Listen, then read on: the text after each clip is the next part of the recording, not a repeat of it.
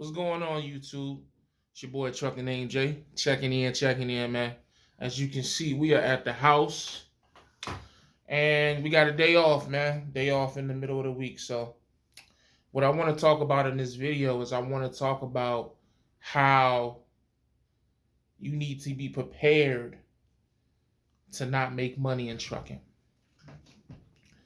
Sorry, my foot hit the stand. When I say that, I mean, if this coronavirus epidemic, pandemic, whatever you want to call it, whatever's the politically correct term, if this hasn't taught you anything, it should be teaching you um, that you need to have your money right to play in this trucking game. Okay, whether you want to be a company driver, a lease operator, a 1099 company driver, or independent contractor, which is the politically correct term. An owner operator, fleet owner, um, anything where your profit is coming off of you physically moving the truck or somebody who works for you physically moving for the truck. So pretty much anything besides the dispatchers or the brokers or things like that. You need to be prepared for a time where you just not going to make any money. Trucking, as far as the rates and just freight being moved, is probably one of the more fragile industries I've ever seen. You know what I mean? As far as just the up and down of it. And I think the only other industry I've been a part of where it just drops and rises so frequently was the amusement park industry. I used to work at Busch Gardens way back when I was younger, teenager. And, during the summertime, that peak was crazy. You find yourself working 12, 13, 14-hour shifts. And when, fall and winter come, you're not working at all damn near, because of the weather. And, but those were specifically related to weather and Mother Nature. The trucking industry, man, it's just so many things can happen that'll affect the day-to-day of truckers, and it won't ever come to a complete halt. At least I pray it don't, at least while I'm still a part of it. But it definitely gets to a point where it slows down to where it affects the income that you have become used to receiving on a weekly or bi-weekly or monthly or annually basis, however you want to break it down, however you get paid. But yeah, man, you just gotta, especially if you're on the lease operator, owner operator side, man, like, when they say don't come into trucking expecting to get rich, that's a fact. You know what I mean? Because I promise you, for every 3 to 4 weeks of the most money you could ever possibly make behind the wheel, there are going to be 6 to 8 weeks where you're not going to make anything. You know what I'm saying? Or next to nothing. What you're seeing now is a lot of guys choosing between staying home and not making any money or going and pool freight for, below average rates.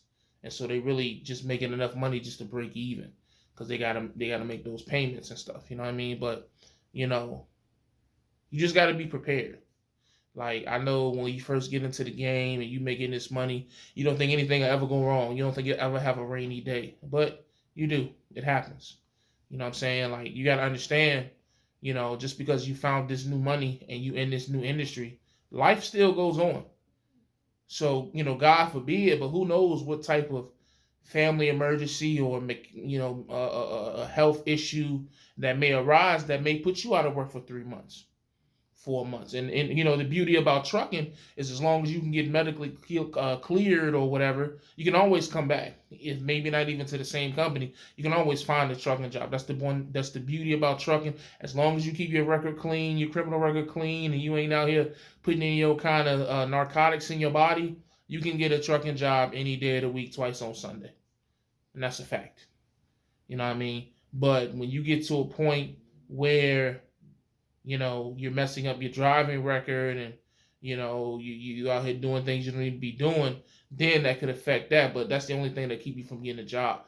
But at the same time, a lot of these companies don't have situations where you're going to get paid to sit at the house, unless you own part of the company, or even with salary jobs, to my understanding, I don't really know too many trucking salary jobs. Only one I could think of It's like maybe UPS. I mean, somebody can educate me in the comment section if you be so kind. But I don't know too many salary trucking positions. Most of the trucking jobs I know is either by hourly, percentage of the load, or cents per mile, or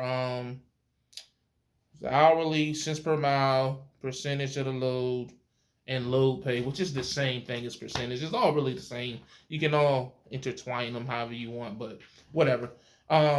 So it's really no trucking job where you're just gonna get paid to do nothing. Not that like I said, besides like a UPS, but I can only imagine a trucking job with salary is only gonna let you be off but so many days. I don't see them allowing you to be off longer than maybe 3-4 consecutive days and still pay you. That was my assumption. Again, I don't know how accurate that may be. Somebody please educate me in the comment section, but I just realistically, it just doesn't seem feasible.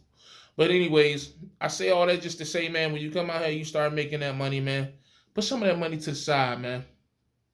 Especially if you 1099, you got to. You know what I mean? You got to throw 25% of your check to the side anyways, unless you want Uncle Sam to come and bend you over the sofa. You know what I mean? But even further than that, just have some rainy day money, man. I don't know why, especially, people of color or people from lower living standards, I guess, poverty, or close to poverty. We got this tendency to spend every dollar we make, every single penny, man.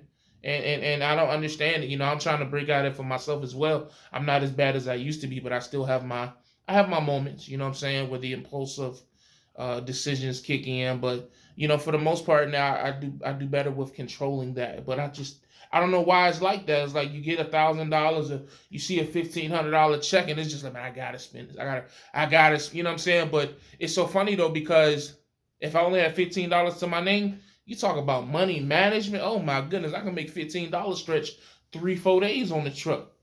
But when I got $1,500, man, I'll blow that shit in the weekend. I don't know why I'm wired like that. Is it just me, or is it somebody else like that? Let me know in the comments, man. Like, why are we like that with money? Maybe because we not accustomed to it. It's the only thing I can think of. But, try not to be like that so much, man, because it is going to come a time where you're going to need that money, man. And you're going to have to sit there and you ain't going to be able to move your truck. Your company moving slow. It's no fault to the company, no fault to you. It's just trucking. That's how I go. And then you got to go back and you looking at your bank statement and you just like, damn, man.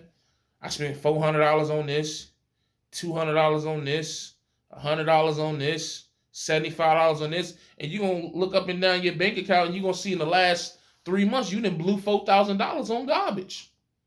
Food, electrical devices, going out, drinking, you know what I'm saying, whatever your vices may be, and you just like, man, that money could have been sitting in the bank drawing interest, and I spent it, and now, I don't know when the next time I'm gonna get a load because of this coronavirus or whatever the epidemic or whatever, what I'm saying, your truck broke down, whatever, company lost the contract, whatever, you know what I mean? And now you're hurting. Now you're scrambling.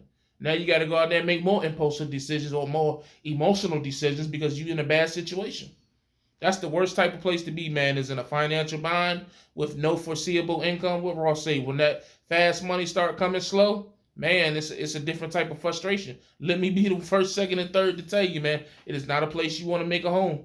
It's not. That's not where you want to be, man. You want to be where, as a Dave Ramsey would say, you have 3 to 6 months of living expenses put to the side. So if anything happened, you good. You know what I'm saying? Of course, nobody wants to sit there and just keep tapping into their savings, but it's better to be out here scrambling, doing anything for a buck. Then you be the one out here hauling the cheap freight and you barely can afford to pay your expenses and you doing that. Then your truck break down. So now you hauling cheap freight. Your truck then broke down. So you ain't making no money off the load you got. And you got to spend extra money to get the truck fixed because you was hauling the cheap freight. That's probably 45,000 fucking pounds. You trying to take that whole through Pennsylvania. You know what I'm saying? That's just how it goes, man. It all comes back to money. A lot of decisions or poor decisions that we make out here in these trucks, it boils down to money. A lot of people in the trucking industry wouldn't move the way they did if they had more money. When you see, even the flat rate. I mean, not the flat rate, but the paid off truck owner operators who are still moving. It's because their money ain't as stacked up as they wanted to be. As much as they talk smack and, brag and all that, if you out here, you got a paid off truck, but you stressing over the rates. Your bread must not be as, and that's not to be disrespectful, but your bread must not be as long as you claim it is, because you still stressing just like the lease ops, the lease of fleets, or whatever you want to call them. You know what I'm saying? And you stressing right along with them. Now, if you sitting at the crib chilling, and then that's a different situation. But if you still out here, you looking funny in the light. That's all. That's what I'm saying from my observation from the outside looking in. Maybe it's something I don't know. Part of the game I haven't been made privy to. So, but that's all I'm saying, man. It's just I'm not no financial advisor. I can only just tell you from life experience, and from life experience, spending every dollar you make, man, is not it's not a productive way to live, man. It's not. It's not mentally healthy. It's not physically healthy. It's nothing healthy about it, and there's nothing really productive about it at all. You just more shit you're gonna regret down the line. You know what I mean? So I say all that to say, save your money, man. Because that $1,500 may be good this week, but next week you might make $500. You know what I mean? You might have a solid 3 months of running hard. And, you ever realize, especially with trucking YouTubers, you ever realize nobody really has a long stretch of just good shit going on? It's like maybe 2 or 3 people. Most of all these truckers out here go maybe two to three, I say about 2 to 4 weeks, and then something happens. Tire blows out. Load gets messed up. That's why so much content up here, man. That's why YouTube truckers, whatever you want to call them, are able to put out so many videos, because there's always something going on in the truck. Watch that, man. It's the reason why I've waited as long as I've waited before hopping back out there on that ownership side, because anything can happen at any time, and it'll screw you, man. Because I promise you, it's going to happen at the worst time that it can happen, and you gotta own it. You gotta deal with it. And if you ain't your foundation of your finances ain't secure, you got a bumpy road, boss. I'm trying to. That's just what it is. So yeah, that money look good, but I'm just trying to learn to look more at the longevity. The back end. We so caught up on the front end. The sign-on bonuses. What's the most that we can make, but we don't actually take time to look at, okay, what's the least we gonna make. The sign-on bonus cool, but what I'm gonna be making in 9 months, is it gonna be consistent freight? Is it gonna this? It's a lot of questions that we don't ask, because we want that quick, fast money, and then we want to spend it all. And then when we on the back end hurting, we want to blame the company. No, it ain't the company fault at all. Believe that. So that's all I had on my mind, man. I'm chilling, like I said, my day off. I'll be leaving out hopefully tomorrow with a load back to Kentucky. Till then, I'm gonna kick it, maybe play the video game. I got a book I want to start reading. And yeah, man, as always, you know what it is. Stay safe, stay positive, stay productive. God Family Trucking, man. I'm gone.